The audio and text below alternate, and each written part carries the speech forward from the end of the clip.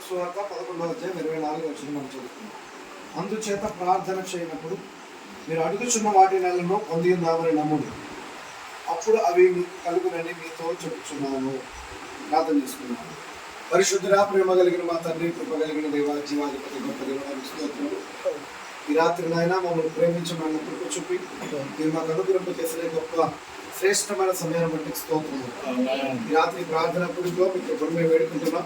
చదవబడ్డ లేఖన భాగాన్ని మీరు దీవించిన ఆశీర్వదించండి. కానీ ప్రార్థన కొరకు మీరు సిద్ధపరచమని, ఈ వాక్యం ద్వారా మీరే మమ్మల్ని పురికొల్పమని అందరినీ మీకు పాసాలను సమర్పిస్తున్నాం. యేసు క్రీస్తును ప్రార్థిస్తున్నాం. చేసుకోవచ్చండి.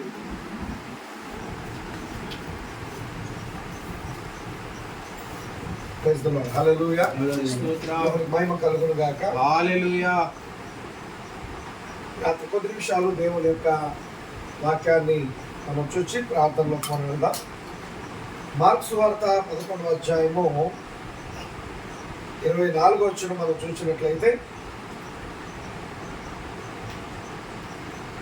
ఇక్కడ ప్రభు వారి మాట చాలా స్పష్టంగా మాట్లాడుతున్నాడు. అందుచేత ప్రార్థన చేయనప్పుడు మీరు అడుగుచున్న వాటి నెలను పొంది ఉన్నామని నమ్ముడి, అప్పుడు అవి మీకు కలుగునని మీతో చెప్పుచున్నారు. దేవునికి స్తోత్రం కలుగును. మన జీవితంలో అనేక పర్యాయాలు ప్రార్థన చేస్తాం, దేవుడు చేయాలి, కానీ నమ్మం. ప్రార్థన చేస్తాం కానీ నమ్మం.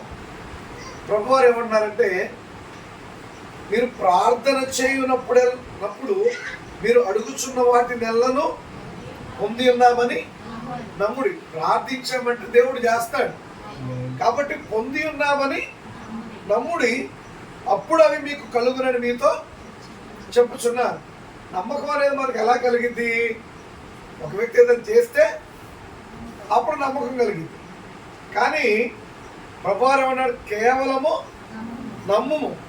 నమ్ముట నీ వలనైతే నమ్మువానికి సమస్తము సాధ్యమే. అందుకే ప్రవక్త కూడా అంటాడు, ఏమంటాడంటే, దేవుని యొక్క వాక్యములో ఏదైనా కార్యం నీకు అర్థం కాకపోయినా మొదట నమ్ము, తగిన సమయం ముందు దేవుడు దాన్ని బయలుపరుస్తాడు. ఈరోజు నీకు అర్థం కాకపోవచ్చు, అయినా దాన్ని నువ్వు నమ్మాలి. దేవునికి స్తోత్రము కలుగును గాక. అయితే ప్రవక్త గడియ వచ్చి ఉన్నదనే వర్తమానంలో కొన్ని ప్రాముఖ్యమైన విషయాలు చెప్పాడు. ఈ రాత్రి వాటిలో నుండి మనం ముందుకెళ్దాం. దేవునికి స్తోత్రము కలుగును గాక. చూడండి, నువ్వు ఏ గడియలో అయితే నిర్ణయం తీసుకునేదవో ఆ గడియ సమీపించినది. నేను ఈ సవాలును ఎవరి ముందైనా ఉంచేదను, అదేమనగా దేవుని వాక్యమును అంగీకరించు. మొట్టమొదటి మనం చేయాల్సిందేంటి? దేవుని వాక్యాన్ని అంగీకరించు. నీలో ఏ సమస్య ఉన్నను సరే, నీలో ఏ సమస్య ఉన్నను సరే దేవుని వాక్యాన్ని అంగీకరించు. హల్లెలూయా.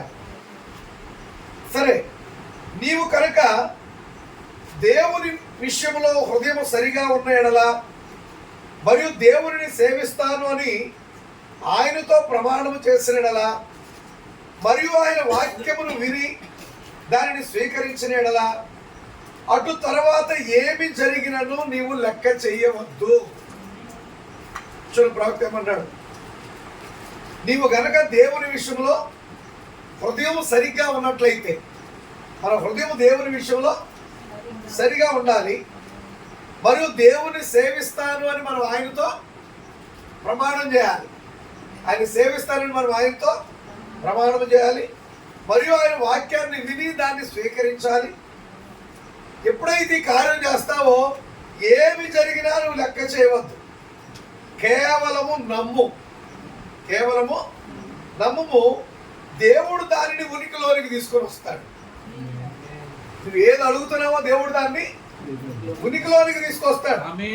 దేని గురించి అయినను ఆశ కలిగి ప్రార్థించినప్పుడు,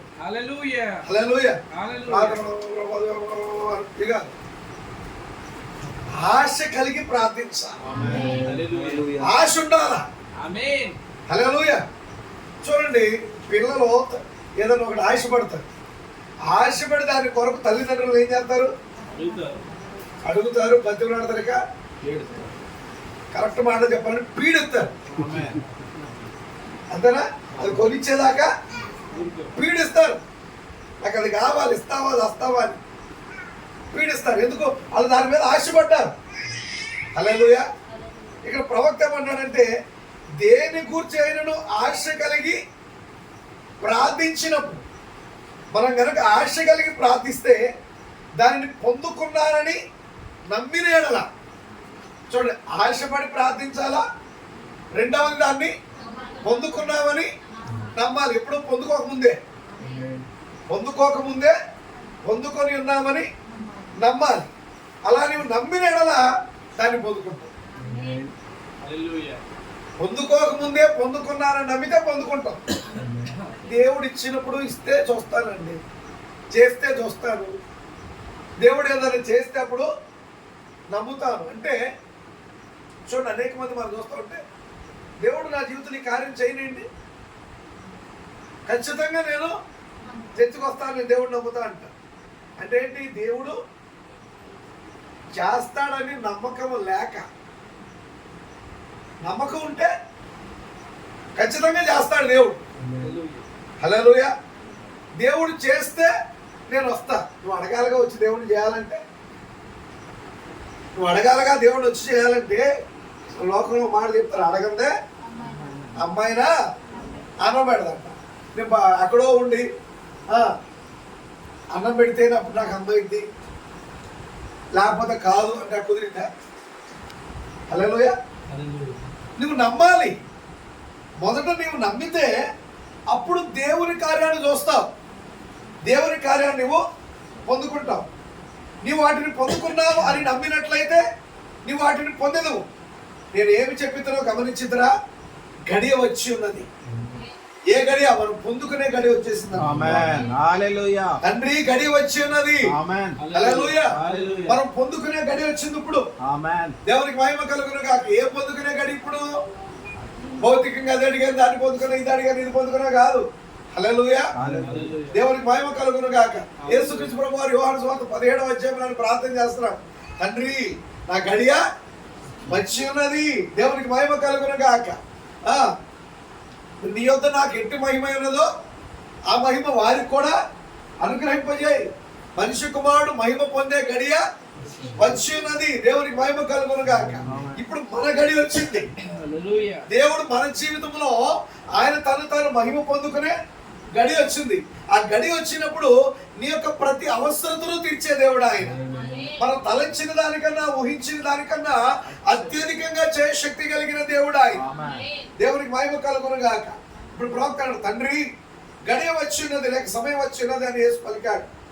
ప్రపంచం మొత్తం ఎగతాళి చేయవారితో నిలబడి ఉండినప్పుడు బైబిల్ చెప్పినట్టుగా ఆ దినాలలో ద్రోహులు, మూర్ఖులు, దేవుని కంటే సుఖానుభవమును ఎక్కువగా ప్రేమించువారు, అనురాగరహితులు, సహనము లేనివారు, తీవ్రమైన వారు, అజితేంద్రియులు, క్రూరులు, సజ్జన ద్వేషులతో ప్రపంచం నిండినప్పుడు గడియ వచ్చింది.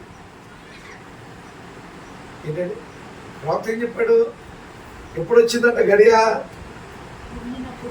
తిమోతికి రాసిన పత్రికలో పౌలు గారు చెప్పిన ఆ కార్యాన్ని ప్రవక్త అయితే మాట్లాడుతున్నాడు.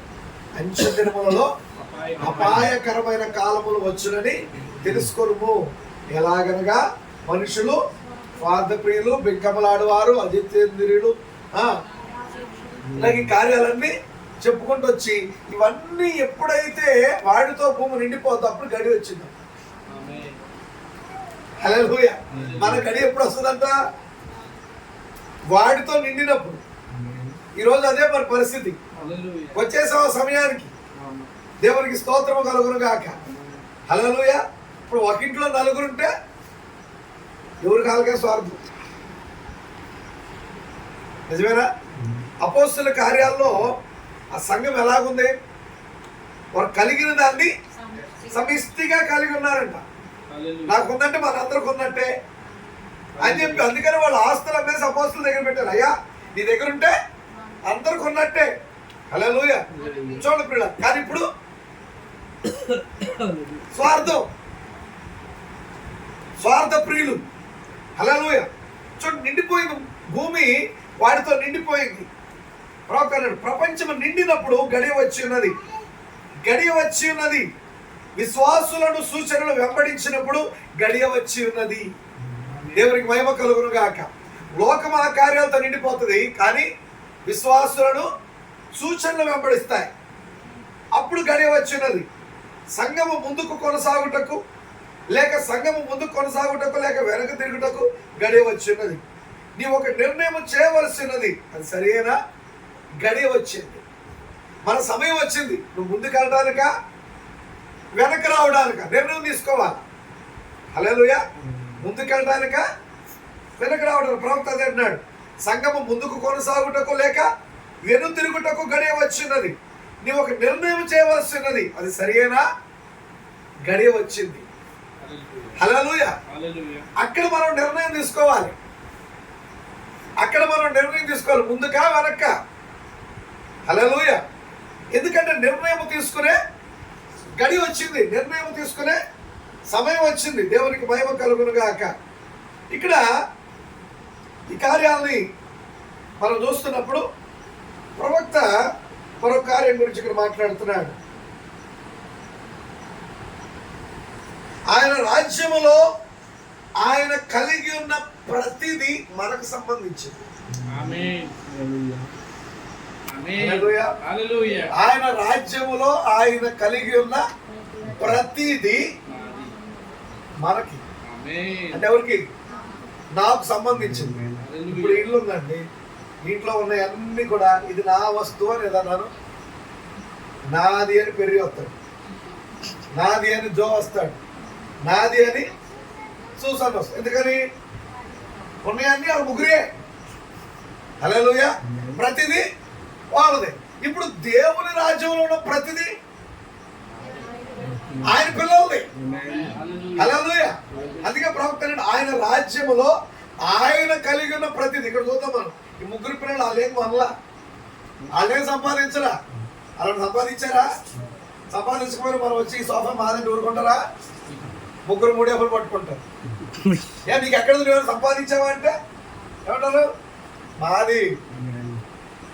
హల్లెలూయా. ఏదో ఒక వస్తువు పట్టుకొని ఇది నాది తీసుకుంటానంటే కుదరదు. ఇది మాది, మా డాడీ తెచ్చాడు, అది మా మమ్మీ కొంది, ఏదో చెప్తారు వాళ్ళు.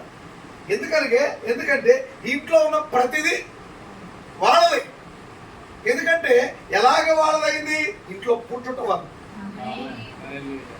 గృహంలో జన్మించిన వాళ్ళు. అందుకే ప్రవక్తనుడు నీ పుట్టుక మీదే ప్రతిదీ ఆధారపడింది అంటున్నాడు. ఇప్పుడు ఆయన రాజ్యంలో ఉన్న ప్రతిదీ మనకు సంబంధించింది.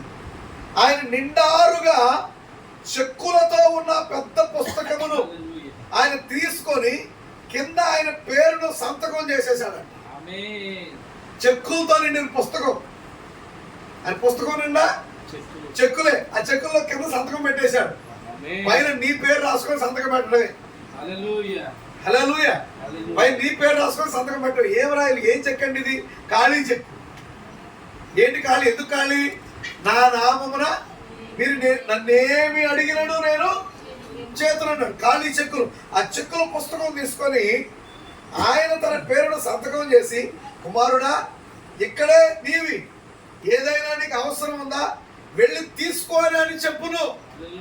దేవునికి మహిమ కలుగును గాక. ఆమేన్. దానిని పూర్తి చేయటకు భయపడొద్దు. ఇప్పుడు ఖాళీ చెక్కులు నింపడానికి భయపడొద్దు. హల్లెలూయా. ఖాళీ చెక్కిచ్చాడు. నీకు ఎంత డబ్బులు కావాలో అంత రాసుకో. అమ్మో మరి ఇంత అడిగితే దేవుడు ఏమన్నా అనుకుంటాడేమో. హల్లెలూయా. అందుకే ప్రవక్త ఏమన్నాడంటే, పసిఫిక్ మహాసముద్రంలో ఉన్న ఒక చేప పైకి వచ్చి ఒకసారి పైకి ఎగిరి ఇది చూసి నీళ్ళని చూసి, అమ్మో రోజు కొంచెం నీళ్లు తాగితే ఒక రోజుకి ఈ సముద్రం ఎండిపోయింది అనుకుందంట. హల్లెలూయా. అది జరిగిందా? అది ఎంత, దాని జీవితం ఎంత, దాని తాగే నీళ్ళు ఎంత, సముద్రం ఎంత. హల్లెలూయా. అలాగే దేవుడి దగ్గర నుండి మనం అడిగే విషయంలో ఎంత మాత్రము కూడా అమ్మో దేవుడు ఏమన్నా అనుకుంటాడేమో, లేకపోతే దేవుడి దగ్గర అయిపోద్దేమో అనుకోవడానికి లేదు. దానిని పూర్తి చేయటకు భయపడొద్దు.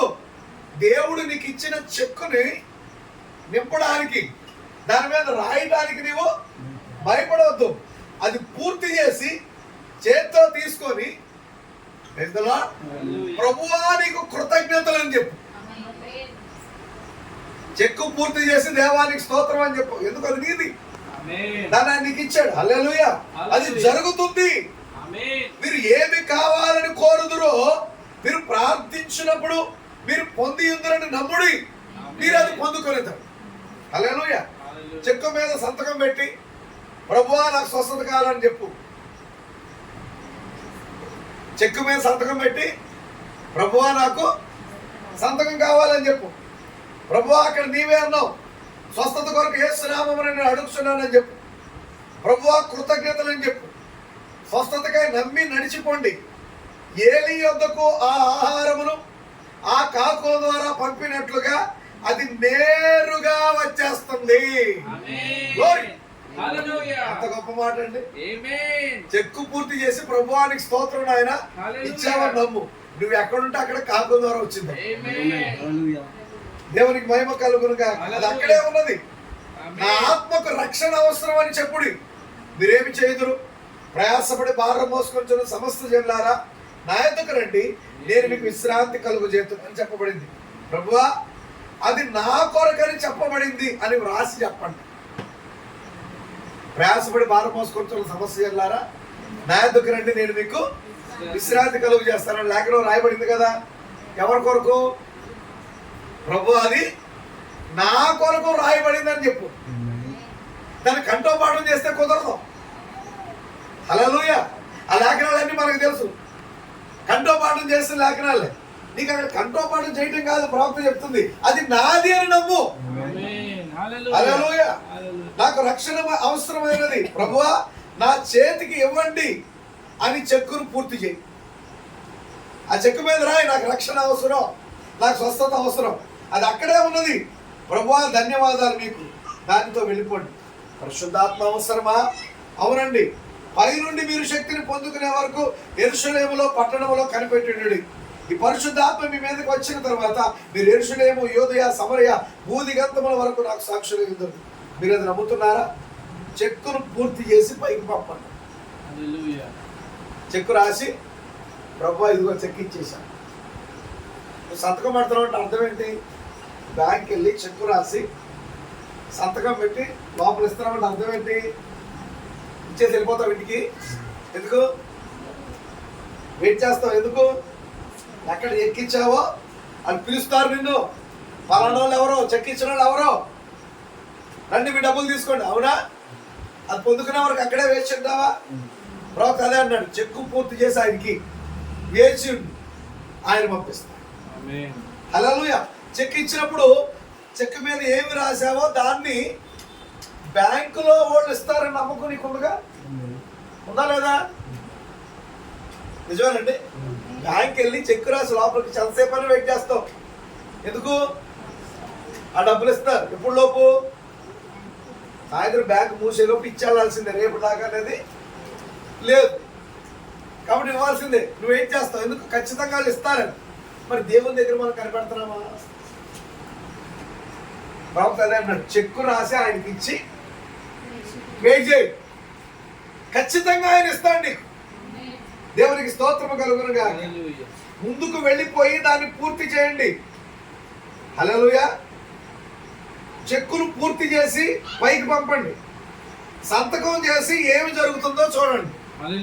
Praise lord. సంతకం చేయటం అంటే ఏంటి? నమ్మటం. సంతకం చేయటం అంటే ఏంటి? నమ్మటం. ప్రభువా నేను నమ్మాను, ఆయన ఇది నాకు కావాలి, ఇది నాకు కావాలి, ఇది నువ్వు ఇస్తావని నమ్ముతున్నాను. హల్లెలూయా. చెక్ మీద 1,00,000 రూపాయలు రాసేసి ఇదిగో అని ఇస్తే అది చూసే ఉంటారు, బాబు సంతకం పెట్టు, ఇక్కడ కింద సంతకం పెట్టు, 1,00,000 అని, అది నేనే అని సంతకం పెట్టంటారు. హల్లెలూయా. సంతకం పెడితే నువ్వు అంగీకరించినట్టు. ఇచ్చి ఏంటి నేను 10 లక్షలు రాశాను, 1,00,000 ఇచ్చారు ఏంటంటే నువ్వు ఎంతకు సంతకం పెట్టావు చూడండి. అవునా? నువ్వు ఎంతకు సంతకం పెట్టావో చూడంట. ఇప్పుడు సంతకం పెట్టావంటే ఏంటి? దాన్ని అంగీకరించావని అర్థం. హల్లెలూయా. స్వస్థత కావాలి, అంగీకరించి సంతకం పెట్టు. ఆమేన్. రక్షణ కావాలి, అంగీకరించి సంతకం పెట్టు. ప్రవక్త అన్నాడు, చెక్కును పూర్తి చేసి పైకి పంపుడి, సంతకం చేసి ఏమి జరుగుతుందో చూడండి. దేవుడు అది ఇచ్చును. దేవుడు ఏర్పాటు చేసిన మార్గం, చెక్కు పుస్తకాన్ని ఆయన ఏర్పాటు చేశాడు. చెక్ బుక్ ఏర్పాటు చేశాడు. హల్లెలూయా. ముందుకు వెళ్ళిపోయి దాన్ని పూర్తి చేయండి. దేవుడు దాన్ని వాగ్దానం చేశాడు. మరి అది నమ్ముతున్నారా? తప్పకుండా. దేవునికి ఎల్లప్పుడూ ఏర్పాటు చేసిన ఒక మార్గం ఉన్నది. హల్లెలూయా. దేవునికి ఎల్లప్పుడూ ఏర్పాటు చేసిన ఒక మార్గం ఉంది. ఇప్పుడు దేవుడు నీకు ఏదన్నా ఇవ్వాలంటే దేవుడు ఏర్పాటు చేసిన మార్గం ఏంటో తెలుసా? నువ్వు అడగాలి. నువ్వు అడగాలి. మీరు దేవుణ్ణి అడగనందున పొందలేకపోతున్నారని యాకోబు గారు తన పత్రికలో రాశాడా? నువ్వు పొందుకోవాలంటే అడగాలి. ఆయన ఎదురు చూస్తున్నాడు. ఎప్పుడు అడుగుతావా? ఎప్పుడు అడుగుతాడా ఇద్దాం, ఎప్పుడు అడుగుతాడా ఇద్దాం, ఎప్పుడు అడుగుతాడా ఇద్దాం. నువ్వు ఎప్పుడు అడుగుతావా ఇద్దామని ఆయన ఎదురు చూస్తున్నప్పుడు నువ్వేమో అడగట్లా. మీరు అడగనందు చేత పొందుకోలేకపోతున్నారు. మనం అడగాలి. దేవుడు ఏర్పాటు చేసిన మార్గం అడగాలి. ఎలా అడగాలా? నమ్మకంతో అడగాలి. అడిగిన వాటి నెలను పొంది ఉన్నామని నమ్మని అడగాల. అడిగారు, ఆయన ఇచ్చేస్తాడు. ఎందుకంటే ఆయనకు అసాధ్యమైంది ఏది లేదు. హల్లెలూయా. ఆయనకు అసాధ్యమైంది ఏది లేదు. బిడ్డల తండ్రిని అడగొచ్చు, నాకు ఫలాంత కావాలని. అది తండ్రి ఇవ్వగలగొచ్చు, ఇవ్వలేకపోవచ్చు. ఉండి ఇవ్వకపోవడం కాదు, కొన్నిసారి ఇవ్వలేని పరిస్థితి ఉంటుంది. అది దేవుడు అనుకోండి, ఆయన ఇవ్వలేకపోవడం అనేది లేదు. హల్లెలూయా. ఆయన సమర్థుడైన దేవుడు. అందుకని నేను బ్లాంక్ చెక్ ఇచ్చాను. నీకేం కావాలో అడగాలి. దేవునికి స్తోత్రం కలుగుతుంది. మనం మన పిల్లలకి ఏం కావాలో అది ఎక్కడ ఉంటుంది తెలుసా? ఒక చిన్న షాప్ తీసుకెళ్తే నీకేం కావాలి తీసుకోండి. మన బడ్జెట్ ని బట్టి ఆ షాప్ తీసుకెళ్ళి అది పెట్టాడు అనుకోండి. ఏ వస్తువు అయినా 100 రూపాయలు అన్నాడు అనుకో, అక్కడ తీసుకెళ్తాం. నీకు ఏం కావాలో తీసుకోండి. ఎందుకంటే ఆడు ఏది తీసుకున్నా 100. అది పెద్ద మాల్లోకి తీసుకెళ్ళి నీకు ఏది కావాలని అది తీసుకోను అంటాం మనం, అను. కానీ దేవుడు నీకు ఏది కావాలని అంటాడు. ఆయన ఒక చిన్న షాపులో కాదు మనల్ని పెట్టింది. ఏమే? ఎందుకంటే ఆయన రాజ్యంలో ఉన్న ప్రతిదీ మనది. స్వస్థత మనది, రక్షణ మనది, పరిశుద్ధాత్మ మనది, నిత్య జీవం మనది. ఆయన సంపాదించినవన్నీ మనమే. కాబట్టి బ్లాంక్ చెక్ ఇచ్చాడు దేవుడు. దేవునికి స్తోత్రం కలుగునుగా. ఖాళీ చెక్ ఇచ్చినప్పుడు నీకేం కావాలి అడుగు, నా నామమున మీరు నన్ను ఏమి అడిగినానో చేతులు అన్నాడు. హల్లెలూయా. కాబట్టి అడగాలి, దేవుడు ఇస్తాడు ఖచ్చితంగా. హల్లెలూయా. దేవుడు ఇస్తాడు అని నువ్వు నమ్మాలి. నమ్మి అడిగినప్పుడు దాన్ని పొందుకున్నామని మీరు నమ్ముడి, అప్పుడు అది మీకు అనుగ్రహించబడు. దేవునికి స్తోత్రం కలుగునుగాక. కాబట్టి దేవుడు ఆయన సమీపించే, ఆయన యొద్ద నుండి పొందుకోవడానికి ఒక మార్గాన్ని ఏర్పాటు చేశాడు. అదే ప్రార్థన. ఎలా ప్రార్థన? నమ్మి ప్రార్థన చేయటం. పొంది ఉన్నామని నమ్మి ప్రార్థన చేయటం. అటు ప్రార్థన ఆత్మను మరొకసారి దేవుడు మనకు అనుగ్రహింప చేయునుగాక. తల వంచి కళ్ళు మూసుకొని ప్రార్థన చేసుకుందాం. మోకరించండి.